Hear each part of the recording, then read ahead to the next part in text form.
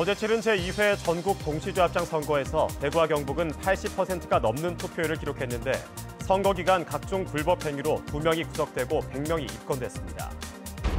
한국토지주택공사가 서민 임대아파트를 분양하면서 울진군의 감정평가기관 선정을 요청했지만 울진군이 이를 거부한 것으로 드러났습니다.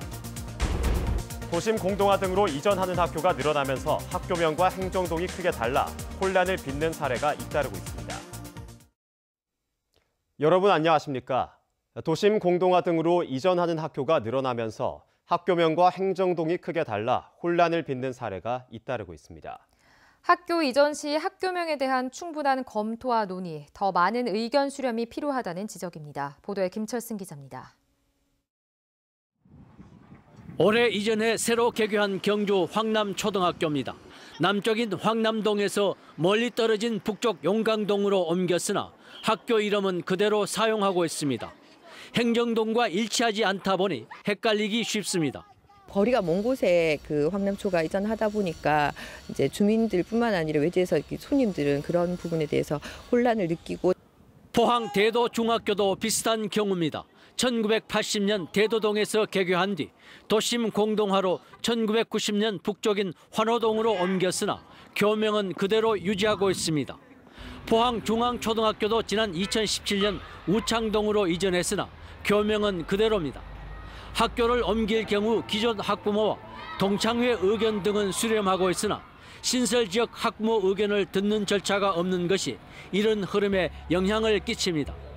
경주 지역 초등학교 43개교 가운데 행정동이나 마을 이름을 교명으로 사용하는 학교는 26개교로 앞으로도 혼란스러운 일은 생길 수 있습니다. 학부모나 교직원 또 지역 주민들의 의견을 충분히 들어서 그 학교의 이름을 결정하는 것이 맞다고 저는 생각하고 있습니다. 참고할 만한 새로운 모델은 있습니다.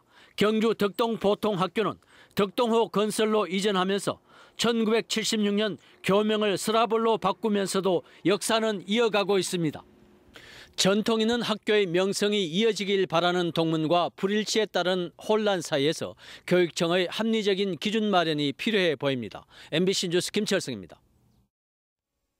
어제 치른 제2회 전국 동시조합장 선거에서 대구와 경북은 80%가 넘는 투표율을 기록했습니다. 조합장 180명을 뽑는 경북의 투표율은 82.1%, 26명을 뽑는 대구는 85.5%로 집계됐습니다. 포항 산림조합 등 26곳은 무투표로 당선이 확정됐고 나머지 180곳의 조합장도 모두 당선자가 확정됐습니다. 경북지방경찰청은 조합장 선거 당선을 목적으로 5천만 원 상당의 금품을 주고받은 조합장 후보자 등 2명을 구속하고 조합원 등 100여 명을 입건했습니다. 경찰에 따르면 상주 축협 조합장 후보 A씨와 수행원 B씨는 지난해 11월부터 지난달까지 조합원 100여 명에게 1인당 20만 원에서 100만 원 등 총 5천여만 원을 제공한 혐의를 받고 있습니다. 경찰은 이들 2명을 구속하는 한편 금품 제공에 가담하거나 돈을 받은 조합원 등 100명을 위탁선거법 위반 혐의로 입건했습니다. LH 한국토지주택공사가 서민 임대아파트를 일방적으로 감정평가한 가격에 분양한다고 지난주에 보도해드렸는데요. LH는 이에 앞서 울진군의 감정평가기관을 선정해달라고 요청했지만 울진군이 이를 거절해 결국 주민들의 의견이 반영되지 않은 것으로 밝혀졌습니다. 한기민 기자가 보도합니다. 울진의 이 임대아파트 세입자들이 처음에 분노한 건 LH가 감정평가기관을 일방적으로 선정해 분양 가격만 통보해왔기 때문입니다. LH가 10년 전 부도가 난 민간 아파트를 싼 가격에 매입해 임대해놓고 당초 매입가보다 많게는 수천만 원씩 비싸게 판다는 겁니다. 하지만 이에 앞서 LH는 객관성을 높이기 위해 울진군의 감정평가기관 선정을 의뢰했던 것으로 밝혀졌습니다. 지난해 국정감사 지적에 따라 이 아파트와 같은 미분양 매입 임대주택도 공공건설 임대주택처럼 감정평가기관 선정을 자치단체장에게 맡기기로 내부 업무 지침을 개정한 데 따른 겁니다. 하지만 울진군이 관련 법규가 개정되지 않았다는 이유로 거절하자 LH는 자체적으로 감정평가기관을 선정했습니다.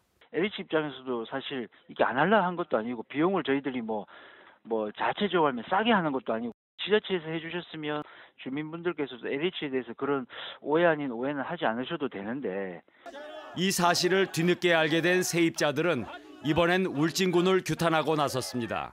울진군이 울진군 주민을 위해서 당연히 주민 편을 들어야 되는데 주민을 외면하고 LH 편에 돈을 들어줬습니다. 이런 황당한 국민 행동이 어디 있습니까?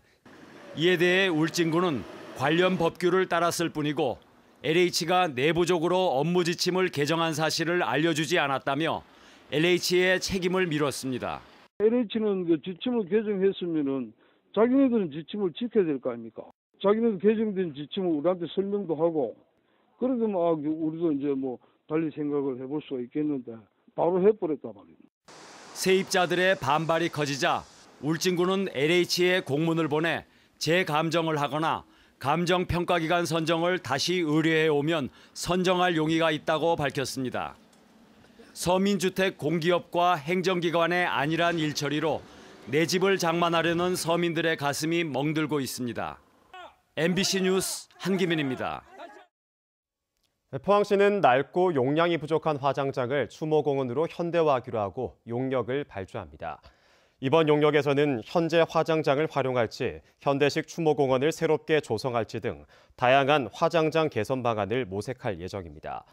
포항시 화장장은 연간 화장률이 81%를 넘는 노후시설로 수차례 확장 이전이 추진됐지만 주민들의 반대로 매번 무산돼 왔습니다. 당초 1월 말로 예정됐던 국내 고준위 핵폐기물 처리 문제에 대한 공론화위원회 출범이 2달째 답보 상태입니다. 산업통상자원부는 지난해 11월 고준위 방사성 폐기물 관리계획 재검토 준비단의 권고 보고서를 받은 이후 3개월이 지난 지금까지 아무런 입장을 내지 않고 있습니다.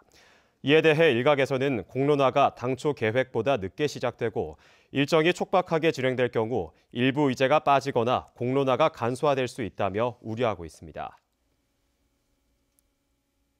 작년부터 논에 벼 대신 다른 작물을 심으면 별도의 지원금을 주고 있습니다. 쌀값 안정을 위한 조치인데 올해는 농사를 짓지 않아도 돈을 준다고 합니다. 그런데도 현장에서는 이 지원금을 신청하는 농민이 확 줄었습니다. 왜 그럴까요? 정동원 기자입니다. 논에 벼 대신 사료작물을 심으면 헥타르당 430만 원, 일반 밭작물은 340만 원, 콩은 325만 원의 지원금을 줍니다. 작년보다 조금 올랐습니다. 올해는 특히 땅을 놀려도 헥타르당 280만 원이 지급됩니다. 그런데도 지원금 신청자가 크게 줄었습니다. 지금까지 경북의 신청 물량은 542헥타, 계획량 7,282헥타르의 7.4%에 불과합니다. 작년 같은 기간 46%에 비해 크게 떨어집니다. 전국적으로도 마찬가지 현상입니다. 쌀값이 크게 올랐기 때문입니다. 현재 산지 쌀값은 20kg에 48,191원으로 2017년 33,750원에 비해 43%, 14,441원이나 올랐습니다. 작년에는 쌀값이 이렇게 뛸 줄 모르고 지원금을 신청한 농가가 많았지만 올해는 지원금을 받는 것보다 벼농사를 짓는 게 훨씬 이득이라고 생각하는 겁니다. 지금 쌀값이 좀 올랐으니까 그 타작물 해가지고 지원해주는 금액이 사실 좀 낮거든요. 일부 지자체는 자체 예산을 마련해 지원금에 얹어주며 신청을 독려하고 있지만 농민들의 움직임은 크게 없는 형편입니다. 농산당국은 쌀값이 뛰었다지만 농콩의 경우 지원금을 받으면 쌀 소득보다 높고 전량 정부에서 수매도 해준다며 논콩을 심을 것을 홍보하고 있습니다. MBC 뉴스 정동원입니다. 경북사회연대 노동포럼, 포항환경운동연합 등은 오늘 포스코 환경 문제를 비판하는 내용의 기자회견을 개최했습니다. 이들은 포스코가 행정조치로 반드시 해야 하는 사업장 내 설비 투자를 친환경과 안전을 위한 투자로 포장해 생색을 내고 있다고 지적했습니다. 또 포스코가 공해기업이라는 오명을 벗을 수 있도록 근본적인 오염물질 배출 저감 대책을 강구하라고 촉구했습니다. 경주 지역 상인들과 갈등을 겪었던 경주 보문단지 대형 아울렛 조성 사업이 다음 달부터 시작됩니다. 경주시는 한 의류업체가 행정심판을 통해 다시 신청한 점포 개설과 관련해 상인들과 업체 간 여러 차례 간담회를 거쳐 협력안을 만들었고 대규모 점포 개설 등록을 마쳤습니다. 이에 따라 업체는 다음 달에 경주 보문단지 17,000여 제곱미터에 80여 개 업체가 입점하는 대형 아울렛 공사를 시작해 내년에 준공할 예정입니다. 포항시 해도동 큰 동해시장이 중소벤처기업부의 문화관광형 시장 육성사업 공모에 선정됐습니다. 큰 동해시장은 2년간 국비 등 10억 원이 투자돼 지역 문화와 관광 자원을 연계한 명품 전통시장 조성 사업이 실시됩니다. 상인들은 제철 도시의 스토리텔링을 개발하고 포항 문화와 연계해 문화와 관광이 어우러진 특화 시장을 조성할 계획입니다. 오늘 낮부터 남서풍이 불면서 추위가 물러갔습니다. 내일도 대체로 따뜻한 가운데 오후 늦게부터 경북 동해안에 비가 내리겠습니다. 안수진 기상캐스터입니다. 오늘 낮부터 따뜻한 남서풍이 불면서 추위가 차츰 풀렸습니다. 내일 아침 기온 다시 영상권을 되찾겠고요. 낮 동안에도 기온이 오늘과 비슷하거나 다소 높아서 큰 추위가 없겠습니다. 추위는 물러갔지만 내일 오후 늦게부터는 비가 내리겠습니다. 이번 비는 모레 새벽까지 이어지겠습니다. 예상되는 비의 양은 경북 동해안으로 5에서 20mm입니다. 내일도 미세먼지에 대한 걱정은 없겠고요. 비가 오는 지역으로는 가시거리가 짧겠습니다. 교통안전에 유의하시기 바랍니다. 자세한 내일 날씨 알아보겠습니다. 내일 대체로 흐리고 오후 늦게부터 비가 내리겠습니다. 아침 기온 3도에서 6도, 낮 기온은 울진 11도, 영덕 14도, 포항 13도, 경주가 15도입니다. 울릉도와 독도는 오늘 밤부터 내일 새벽까지 5mm 내외의 비가 내리겠습니다. 아침 기온 울릉도 5도, 독도 8도, 낮 기온은 울릉도와 독도 10도입니다. 동해상으로도 흐리고 곳곳에 비나 눈이 내리겠습니다. 모레까지 동해 남부 먼바다에는 물결이 높게 일겠습니다. 바다의 물결 동해 중부 해상에서 최고 3m, 동해 남부 해상에서 최고 2.5m까지 일겠습니다. 다음 주부터는 대체로 맑은 날이 많은 가운데 다시 봄 날씨를 되찾겠습니다. 날씨였습니다. 이상으로 포항 MBC 뉴스데스크를 마치겠습니다. 시청해주신 여러분 고맙습니다.